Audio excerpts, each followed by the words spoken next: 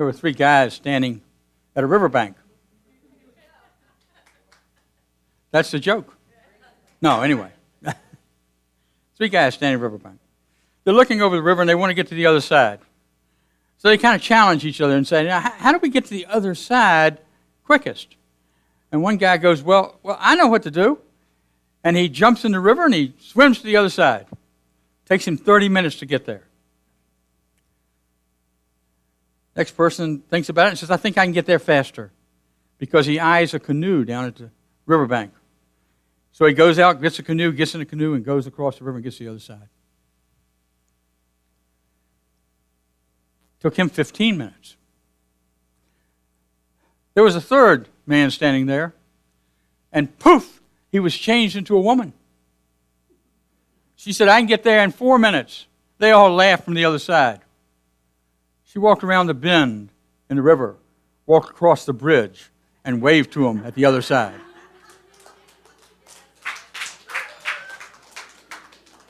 As I like to say, because my wife loves it, it's always good to have a woman leading you in the right direction. I knew I'd get some votes here. Anyway, love to the millionth power. You know, every atom in our body is powered by love. That's the first place we start. Every atom is powered by love. And the power of love is raised, if you would, to the nth degree when we are aware of that love, when we are aware of other people's love. And that comes from emotion, that comes from feeling, that comes from acceptance, that comes from opening our minds and our hearts to know that God is right here in this place, right here within us, and that God is love.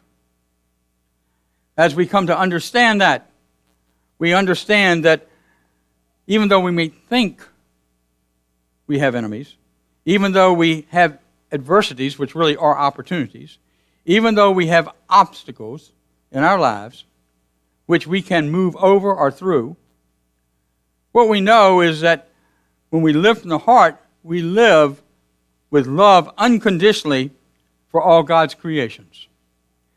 Charles Fillmore, co-founder of Unity, said in Atom Smashing Power of the Mind, when we amass the power of the atoms that live in our bodies, we will be able to live a life of power, love, and wisdom. We have more power than an atom bomb. And he decided that because we have more atoms in our body than an atom bomb has. So we are a love bomb, if you would. And then the question comes, well, if that's all there, how do I quickly access it? How do I use it in my day-to-day experiences? How do I make a difference in my life by accessing that atom-smashing power of the mind? There's an organization called HeartMath, some of you may have heard of. They've been around for about 20 years. And they study the heart from a scientific perspective. And in their studies, they have found ways in which you and I can access our heart more easily, more directly, and quicker than what we thought possible.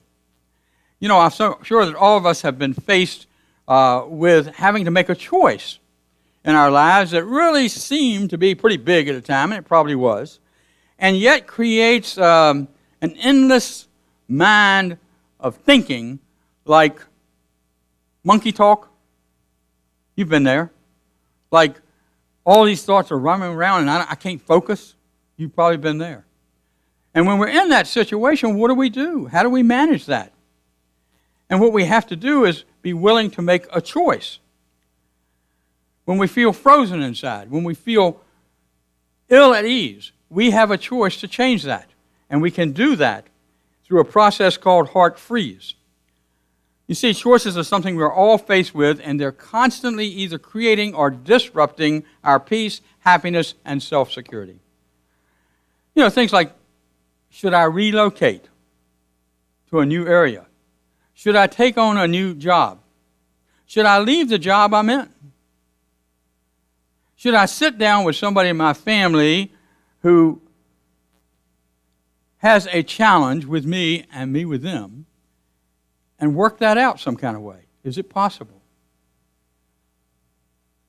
Is there something in my life that makes me feel ill at ease that I'm dealing with? And how can I make the right and perfect choices? Where do I go for that? And in the new book called Heart Intelligence, it was written by Doc Cheldry, who was the founder of HeartMath. He says this: rushed, impatient, energy diffuses our capacity for favorable outcomes when we're involved in insensitive or sensitive discernments regarding choices. When we push energy, this cancels the experience of flow and creates hiccups in our intentions. Patience and ease actually create the energetic environment for flow to take place in our communications. Choose selections and actions. It's our mind that tends to rush energy. Our heart chooses balance and rhythm and flow. When cooperating together, they increase outcomes that fit the need of the situation. And that's what we're talking about, fitting the need of a given situation. You see, what happens is that we can enlist our heart space. I want to call it that. I'm not talking about the physical heart. I'm talking about the spiritual heart. I'm talking about that part of you that's been created to create and manage the thinking that goes on in your brain. I'm talking about that part of the heart that actually, scientists have now proven, has a brain in it. And when we access through the heart, it controls our head. It controls our brain. It controls our ability to emote and to be in a situation in a loving way. Too often what happens is we respond to our nature, human nature, and we get caught up in that, and then we get into the idea of I'm right and you're wrong. We get caught up in the idea that I can judge you, righteously, of course, because I'm in unity. And so I do righteous judgment. We can get caught up in this idea that we are different and not alike. And in our differences, we are unable to see, most importantly, our likeness. And we are more alike than we're different. We all know that. And sometimes we get caught up in these ideas. And what happens is when we have a situation in our lives, we get caught up in such a way that our brain, not our heart, responds to the situation. And it creates the feelings either of anger, the feelings of the ego, or the feelings, which is fear, or the feelings of love. And we can go either way. And because of our training, normally, sometimes we go the way of fear. Our ego gets in the way. What we're looking for is a way in which we can step into love, step into the idea that we have control over our emotions, and we do. The brain has the ability to understand what's happening before you know what's happening. Let me give you a couple examples. How many people saw the movie Lion? The movie Lion. A few of you. Well, this is a movie about a young man who, about 7 or 8 years old, gets lost in India. And in order to protect himself overnight, he gets on a train. And, of course, the train starts up, and he's trapped on the train. Can't get off the train. And it goes for several days. And he finally ends up in a strange city, totally lost. Now, this young man was very fortunate, because what happened was the people who found him took him to an orphanage in India. And while he was in that orphanage, he was adopted by 2 American parents who lived in California. They brought him to California. They raised him there. He loved his parents. They loved him. It was a great story of success. He was a successful, bright young man. Went to college, university, did well. But when he came out of school, he was just about immobilized by his desire, his urgency to find his birth mother and to remember where he was from and experience that again. He could remember a little bit, but he didn't know what it was like. And so it just about stopped him. It was all he spent his time on. People were concerned about him. But finally, the ideas came. Finally, he put back together his memory, so that he ended up going back to India, and as a 22, 23-year-old young man, meeting his mother again. Now, I tell you that story because here's what happens.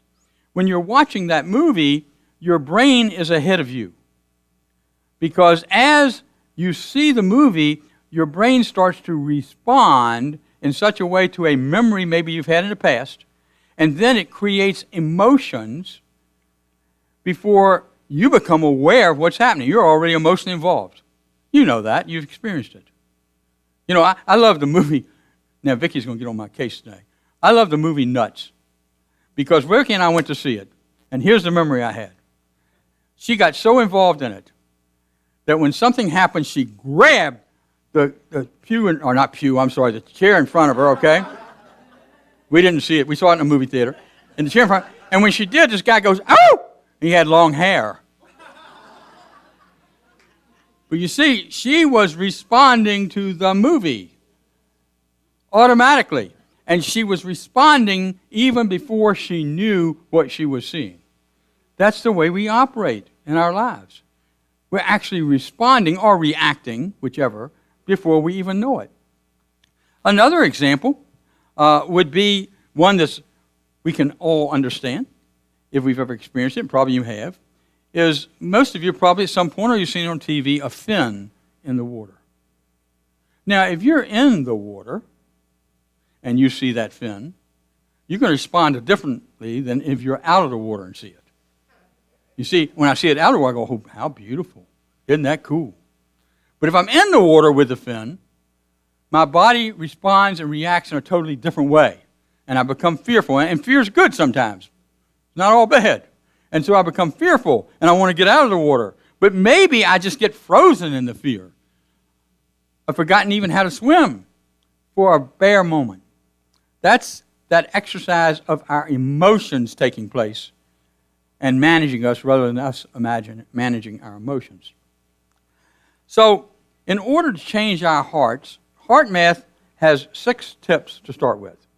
The number 1 is ask yourself, what makes my heart come alive? What a great question. What in your work inspires you? What in your family inspires you? What kind of hobby do you have that inspires you? Who are some people that you know that inspire you? And think on those things. And as you do, what happens is you become that inspired individual because your heart is at work. You see, by reflecting on those kinds of questions, you'll really jumpstart your heart so that you move in the direction of love. The second thing is be open to explore new things. Be a risk taker. Be vulnerable. Know that when you're vulnerable, you are taking a risk, but it's okay because you're showing up as the real you. You're showing up, in essence, as that expression of the self in such a way that you are sharing your love and letting love manage your life. So be vulnerable. Take a risk. It's good for you. The third thing is be playful. Seriously. Be playful. You know, I love the work that I do. I love you guys. I love this church. And the one thing I love is that all of you have the capacity at times to laugh at yourselves. And you have the capacity to laugh at me in a loving way. I accept it that way. I know it that way. And so I love life. You know, I love my pets. Now, there are 250 pounds of dogs, 2 of them. And I don't have any choice but love them. Because if I don't, they insist on it. And it's a cool feeling. I still enjoy nature. Last night I did a wedding service over at Millionth. Now, you know it's pretty rainy for the last couple of days, right? We did the rehearsal at 4 o'clock on Friday. It stopped raining at 3:45. We did the rehearsal. Then we went upstairs and we went up the steps and did a rehearsal in the garden center, just in case. Started raining again about 4:45. So I'm kind of saying, you know, it's going to be raining tomorrow, so we're probably going to be in the garden center, which was pretty crowded for this group of people. Anyway, we get there, and at 4:30, or 5:30, I'm sorry. It's not raining. It hasn't been raining for an hour. It's dry. And so from 6 o'clock to 6:30, we did the ceremony. I do quick ceremonies, by the way.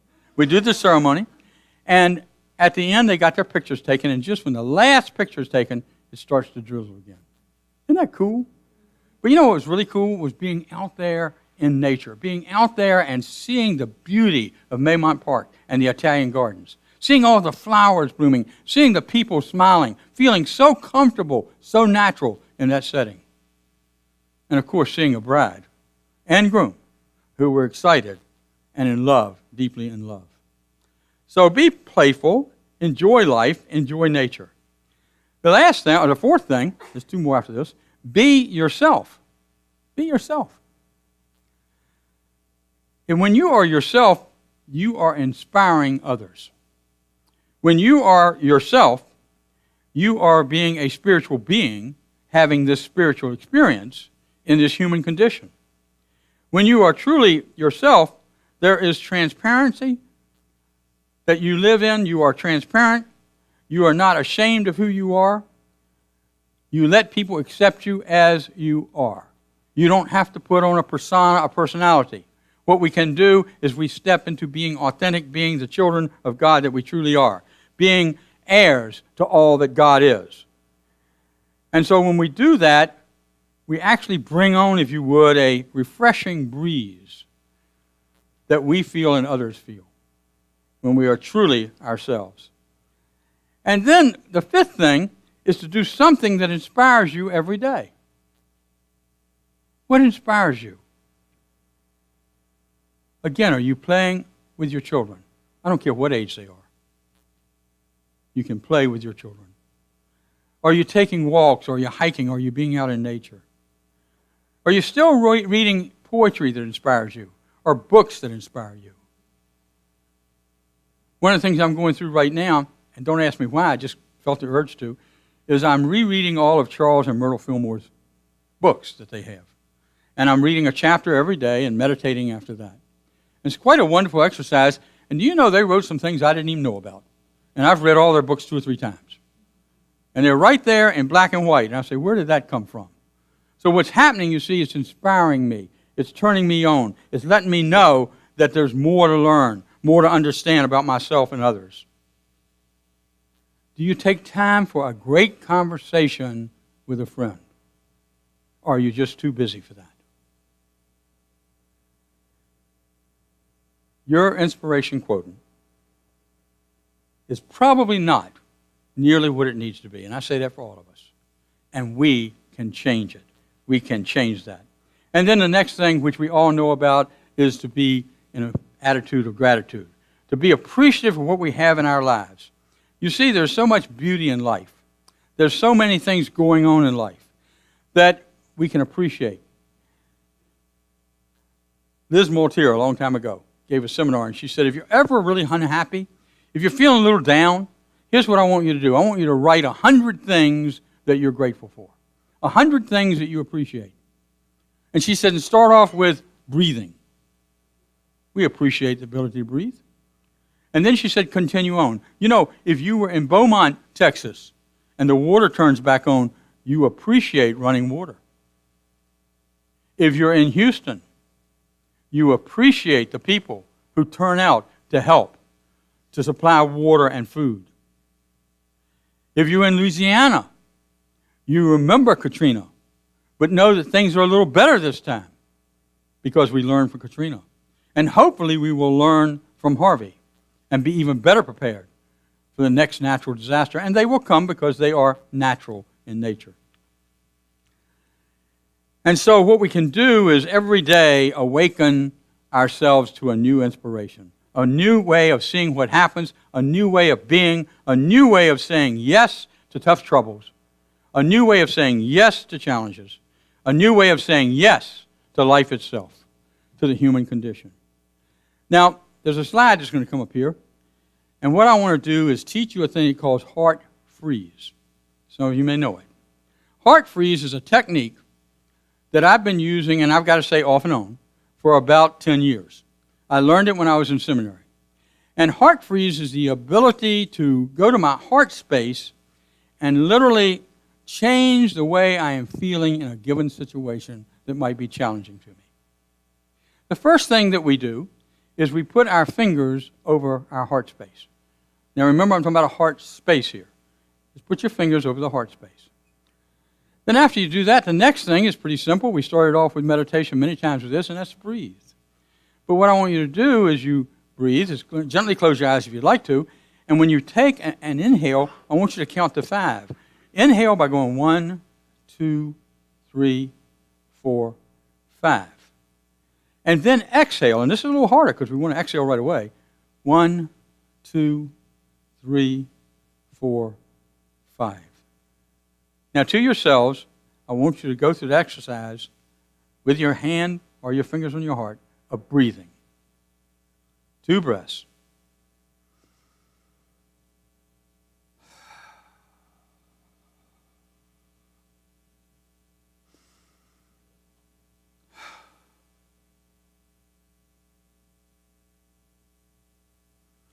And then the third step.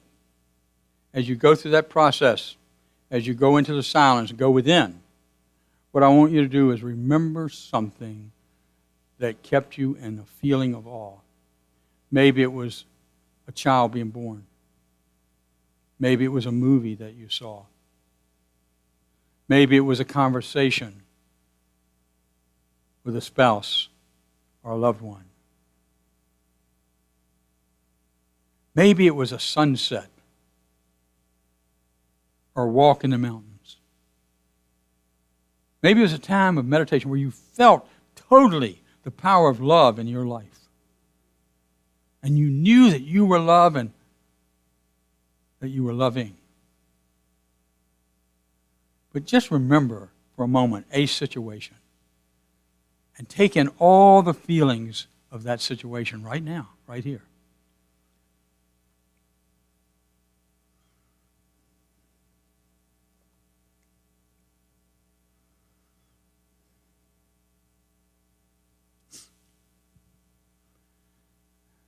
And so relax and open your eyes and ask yourself this question.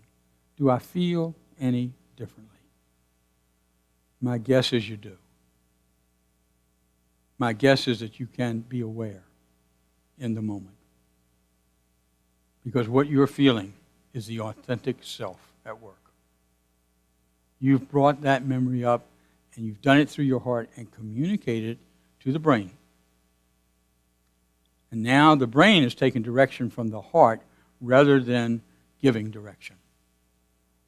Anytime you get direction from the brain, you're probably on the wrong path. Unless you instituted your thoughts from your heart. Then the next thing you do is you simply ask this. How can I effectively respond to this situation? Person or challenge. How do I respond to them if I'm in a situation? Or the question could be, what is mine to do in this now moment? So the whole process here is workable in seconds. Let's say you're in a situation at work where you are face to face with a person that you cannot get along with no matter how hard you try. They bug you. And as you're talking to each other, you feel your anger coming forth, or you feel the fear, or you feel tension, or you feel not comfortable. Here's what you can do. You can gently, just like naturally, put your fingers on your heart. Then you can breathe in and breathe out. Yeah, right in front of them, but don't tell them, I'm breathing in and breathing out right now. Okay, I wouldn't do that. But you breathe in and you breathe out. You do that a couple times so you center yourself. Then you take 1 second, split second, to think about that memory that inspires you, that makes you feel all that you are. And then you are ready to ask yourself the question, and your body, your heart is ready to answer the question, how can I effectively respond in this situation? I will tell you because I've used it. numerous times, that you will either stop, step back for a second, not fly away, don't go in flight, step back for a second and reassess the situation. Or you will know exactly what to say to diffuse the situation. Because you see, you are operating from love. You're operating from that spiritual heart space, which is love. You are operating in such a way that the person feels the love, because what scientists and heart maths have said is that our love, our spiritual heart, is surrounded in energy about 5 feet around us. It expands out 5 feet into the universe. And when you do that, if somebody's near you, it's going to affect them and they don't even know why. But it doesn't make any difference, because you will know how to respond in such a way that you're out of fear and you're into love. And you'll know, and they know, that you love them and they love you. So you see, by remembering who you are as a spiritual being, you have the power to express love. By remembering every experience as a spiritual experience, you search for love. By remembering you are in the human condition, you respond, not react, by using heart freeze to model a spiritual response and connect heart to heart. John Denver wrote a song many years ago called Heart to Heart. The chorus goes like this: your heart to mine, my heart to yours. Talk about opening windows. Talk about opening doors. My heart to yours, your heart to mine. Love is a light that shines from heart to heart. That is the power, to the millionth degree, of the heart at work. Use it this week. Use it this week. Something's going to happen where you'll have that opportunity. And you're going to find yourself responding differently and more openly and truly authentically. God bless you and thank you.